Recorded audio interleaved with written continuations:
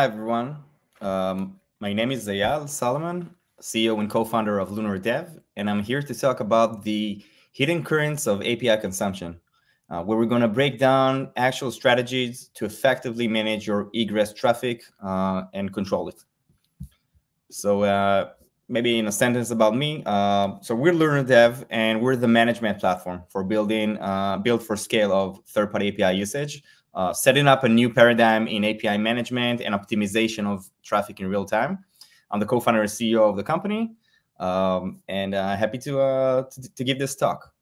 So let's start with this code snippet. This code snippet can cost you up to $4,000 a day, and I'll explain. It's not an actual code snippet, but it's conceptually something that we've seen across many companies. Then if you're not cautious to the amount of API calls you've been making within your code, you can surpass specific thresholds and limits, and then those high costs can hit you at the end of the month. So in this example, we're making a lot of API calls to SendGrid. Now, the package that we've purchased within SendGrid is just $20 for 50K of messages. But once those messages has surpassed that 50K, there's an overwage. And by fast calculation, if you're making 4 million API calls, it will cost you all the way up to $4,000 per day. So this is just to give you that hint of saying that you might be not aware, but at the end of the month, you can be surprised by how your consumption has actually impacted your environment, in that matter of costs. And the way that we explain it is because basically there's so much focus about talking about APIs, of how you can integrate with APIs, companies that can help you integrate with APIs better and pretty fast. But we're here to talk about the last known aspect of API, third-party APIs, which is what happens post those integrations. So in this lecture, we're going to have a deep dive into what happened after you're making a successful integration, and now you're running and consuming those third-party APIs in production. And in order to understand what is so different between the integration part and the actual running in production, we need to understand there's 4 things that actually differs between the integration part and the actual running in production. So the first one is volume of scale. You might be integrating with an API in your staging environment, making some API calls, but to actually see how your system can manage with stress, you need to have a consumption at scale. This is something that usually happens in production, and some of the code that you've written and implemented just doesn't suit up for in production environment. So that volume of scale is something that we see in companies as a big differentiator where things begin to break. Second reason is peak of traffic. Now you're seeing those anomalies and peaks of traffic. Let's give you an example. Imagine that you're consuming Shopify, and now it's Black Friday, Cyber Monday. If you didn't encounter those volumes of scale, which you usually don't when it comes to staging environment, then you're going to be surprised once those peak traffic will happen. And once again, things will begin to break. The third thing is that you're actually being reliant on a third-party API, and that behavior of an API can change over time. We're talking about breaking changes. We're talking about changes in documentation. We're talking about things and outages, things that actually does not depend on you, the implementer, but rather on the third-party API, and that can change over time. And the fourth thing is that there's an actual lack of real-time monitoring of traffic going out from production when it comes to the consumption of external APIs. So those are the key factors of the things that actually differs between staging or integrating and actually running those APIs in production. And that actually affects a lot of things, from cost to scale to reliability to actually safety. And before we're going to dive into all of those aspects, we need to understand something. Now, this lecture was built on top of an extensive survey that we've done with more than 200 companies, interviewing and talking with customers, which are VPs, architects, and also individual contributors when it comes to the way that they're managing their third-party API integrations. The way that what we understood along the way is that you can actually break down the way that companies deal with managing and optimizing their API traffic in 3 layers, and each one is a progress to the next one. So we call it the evolution of middleware. where the first layer, which is something that we all know of, it's basically what we call as no middleware. It's basically solving ad hoc problems, wrapping it as code within your application. We're talking about just like basic monitoring or basic visibility, if any. Talking about traffic handling in really like the most common and easy way. Sometimes it's just try and catch within your code. And when it comes to the actual API middleware, the way you can actually manage your API calls in real time before going to the provider, it's just like based in concepts of throttling and caching, stuff like that. And the people within the organization that are responsible for implementing those type of solutions are the application developers themselves. They're the one who've built and integrating with that API. They're usually the ones responsible for maintaining that API. But now we've seen that as companies grow and scale, both in the way that they're being reliant on those third-party APIs or in the way that they're consuming much more APIs, we're seeing that there's a formation of another layer. We call it the stateless middleware. Basically, it's the ability of companies to actually edit API requests and responses. If companies have that ability, now they can gain much more into their API management operations. Now they're beginning to collect metrics and traces. Maybe we call it the beginning of observability.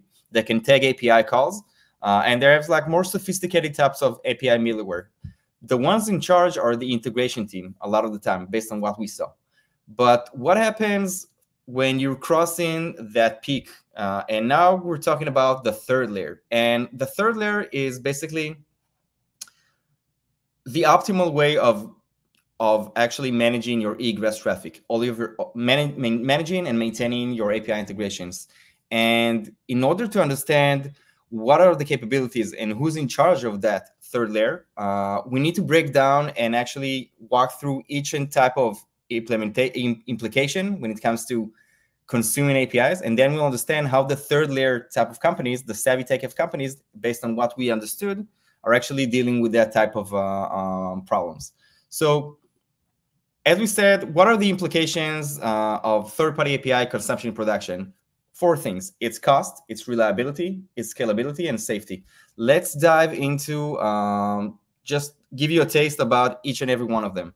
So let's start with cost. And based on the survey that we've done, once again, talking with more than 200 VPs and architects and engineers across both US and Europe, we understood that 40% of companies where the R&D size is bigger than 150 reported they're facing problems with their third-party API integrations a few times a week. And that basically almost a third of those managers within the R&D reported that they're spending slightly more time on troubleshooting API problems rather than developing new features. What I'm trying to say is that there's a lot of unknown cost to the maintenance of those APIs, as we said, because things begin to break, because there's an unexpected behavior in those APIs over time. And companies invest in a lot of time actually dealing with those API integrations. Might that be the developers themselves? Might that be the integration team? And this is something worth understanding, that it's kind of like the peripherals of working with third-party APIs, the cost of maintenance. Another aspect that we've seen across cost is actually the actual cost when it comes to using those APIs. Now, not all APIs cost you money or a lot of money, but some of them are truly expensive. And to give you an example, we're now seeing a rising effect within consumption, for example, of LLM APIs, that companies need to be more aware of the cost associated with their usage and not be surprised at the end of the month.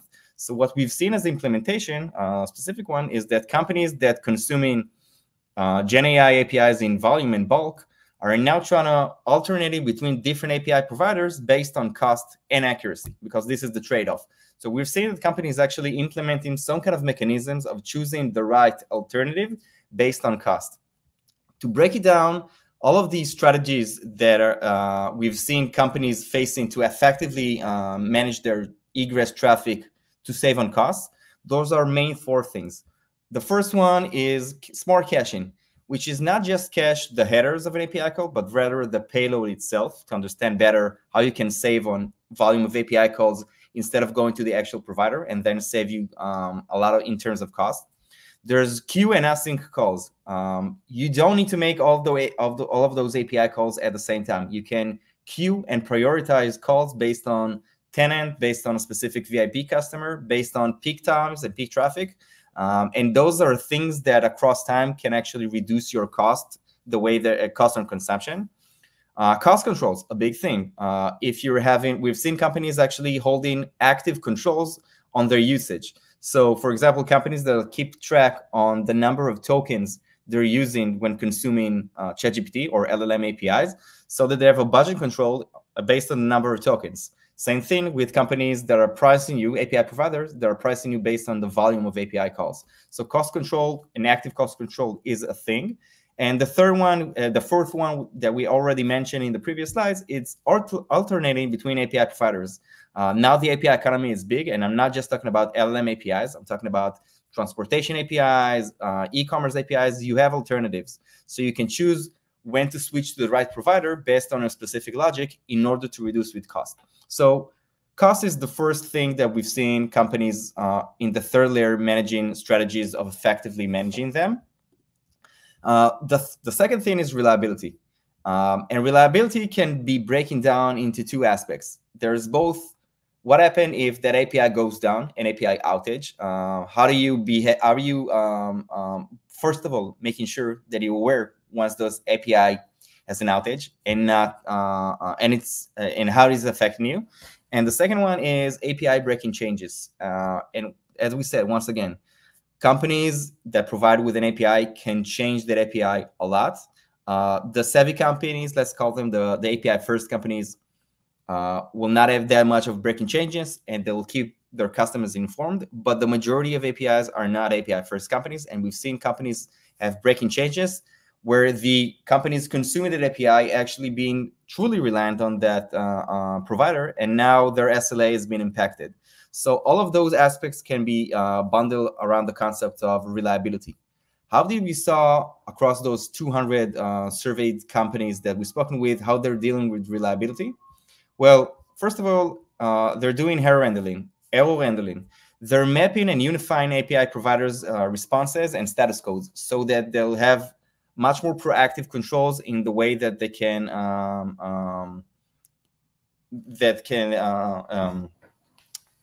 work once those APIs has been encountered with an error.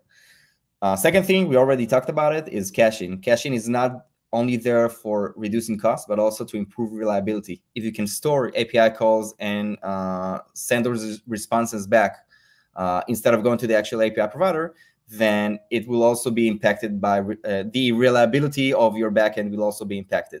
The third one is logging API calls over time. So you can actually replay those API calls to the provider when needed, or investigating once something went wrong. And the fourth one, which is really a common practice, is retries. And retries can go a long way of like simple retries, and also retries with backups, retries that actually are dynamic. But those are things that are associated with better reliability when it comes to the consumption of your APIs. Let's talk about the third thing, and the third thing is scalability. Now, scalability, the way in terms of the consumer side, is how much can I consume? And as a consumer, I'm being bounded a lot of the time with rate limits, which is a known thing. I mean, you got a quota, you got a rate limit. The provider will limit you on the number of APIs calls that you can make in a specific time frame. And those are actually things that are impacting you with your scalability. You may be starting small, as we said in staging, but once you go in production and now you're running at scale, or maybe onboarding a new customer, you're seeing that you're being bounded a lot by rate limits. So this is right here, that picture is just a picture of an actual guide that Microsoft Azure has released of how to smart load balancing between OpenAI endpoints. The reason that they're explaining it is because so many companies that try to consume OpenAI via Azure OpenAI are being bounded by rate limits.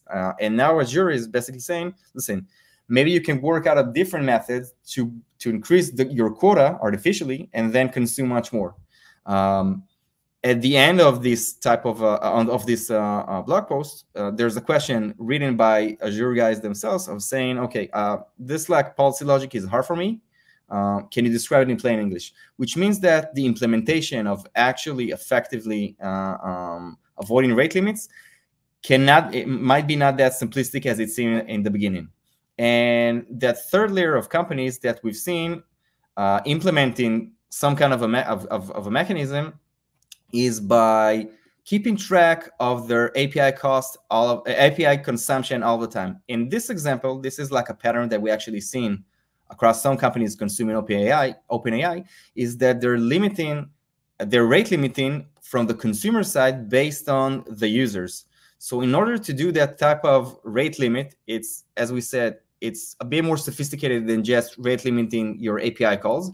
You actually need to break down this type of implementation into smaller parts logically, which means that you need to keep in track of every API being made by a specific customer. You need to tokenize each and every API call to understand how many tokens are going to be used. You need to understand what is your current quota, and then only based on that rate limit, you can decide whether you want to make that API call to OpenAI, or you want to send a 429 response back of saying, listen, you consume too much.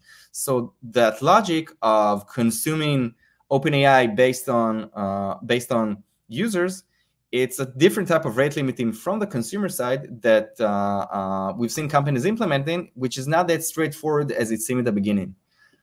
Another type of implementations that we've seen companies facing when it comes to API scalability is orchestrating between API accounts. You can switch, like a round-robin switch between API accounts and rotate between those accounts to effectively increase your API quota.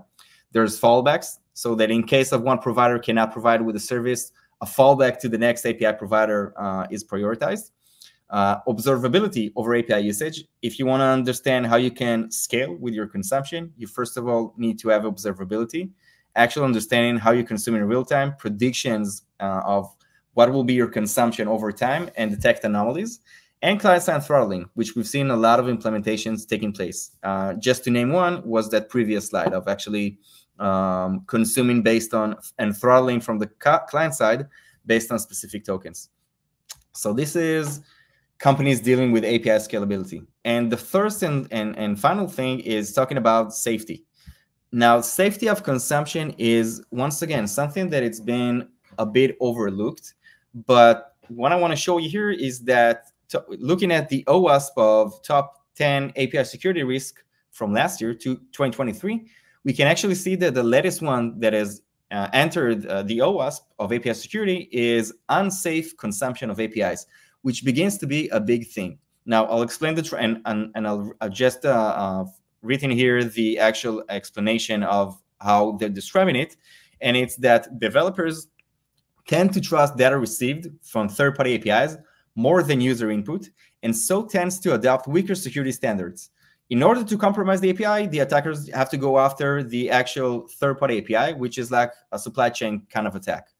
And that pattern is, just to give you an example, is that if I'm a consumer, so this is my app, and I want to consume a specific API, I'm making that post request with that specific data, then if I'm trusting that API provider, no matter what, that API provider can tell me to redirect my response, my request to an actual malicious API. And now I'm making another call to a malicious endpoint with an actual PIIs and compromising the data of my customers.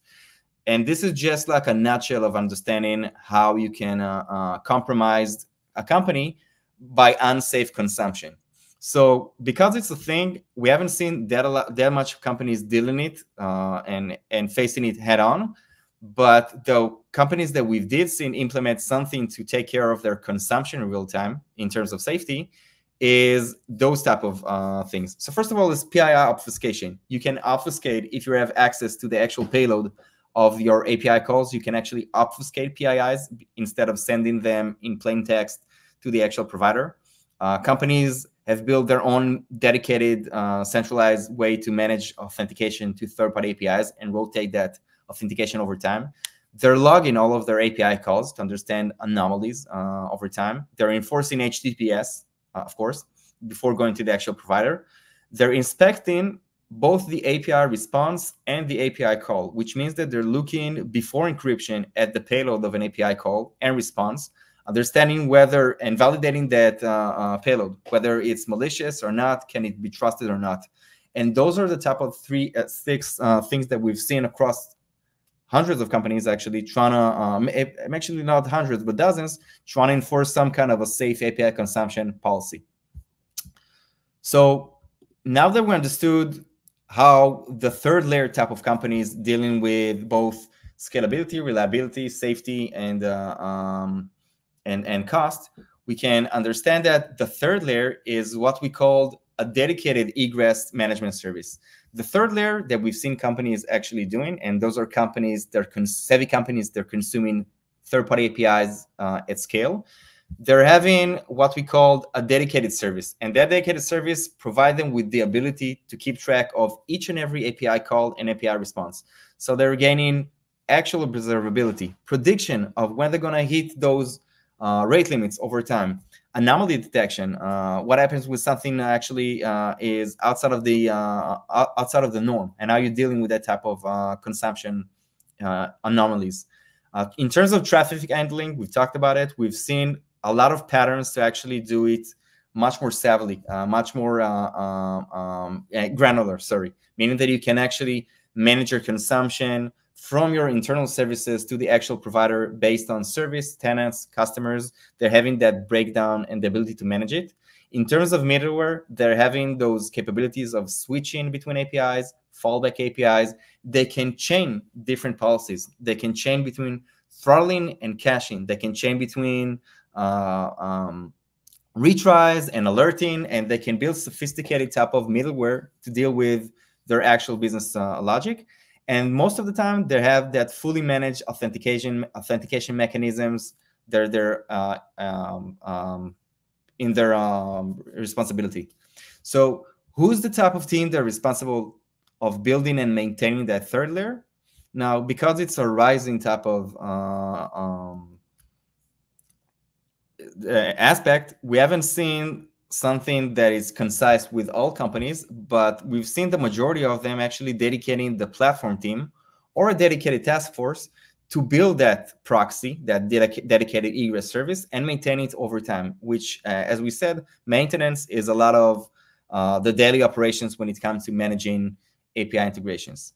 So this is how the third layer looks like. And not a lot of companies are reaching it, but it's the natural progression from the integration teams to the actual building that third layer and dedicated type of management service. And the architecture that we've seen of companies doing that type of thing is actually wiring their traffic from their application to a dedicated, as we said, egress API proxy. Here, they can define policies before those API calls will be made to the actual SaaS provider. And once again, when the response is going back from the SaaS API to the egress proxy, it's been inspected, it's being enforced with some kind of a policy, and then going back to the actual application. So this is the pattern. It might change between companies, but this is like the pattern of companies building that third layer to manage their egress traffic. So maybe to wrap things up with this lecture, let's talk about the 3 things they need to do to manage your API consumption effectively, based on the companies that we've seen across the past 2 years. So first one is consolidation. You need to make sure that all of your traffic going from internal services to the actual third-party SaaS providers will go through an egress proxy. Maybe not all of them, but the ones that you actually want to manage effectively and keeping an active control upon. The second one is evaluation. You need to analyze your traffic. And by analyzing, I'm talking about analyzing both the headers and the payload of each and every API call, aggregate those metrics and data, and then identify problems associated around cost, reliability, scalability, and safety. And the third one is mitigation. You need to leverage your controls. I mean, if you have an actual controls by that proxy, you can actually control the traffic. You need to leverage those controls to define policies to solve actual problems as you identify them. Those problems need to be solved in real time once they're being encountered. To wrap things up, I'm going to give another quote from Matrix, obviously, by saying that unfortunately, no one can be told what the egress traffic is. You have to see it for yourself. So those are things that you can actually effectively manage your egress traffic. If you want to learn more, talk with me, please feel free. Happy to hear more from you. And thank you so much for your time. Appreciate it.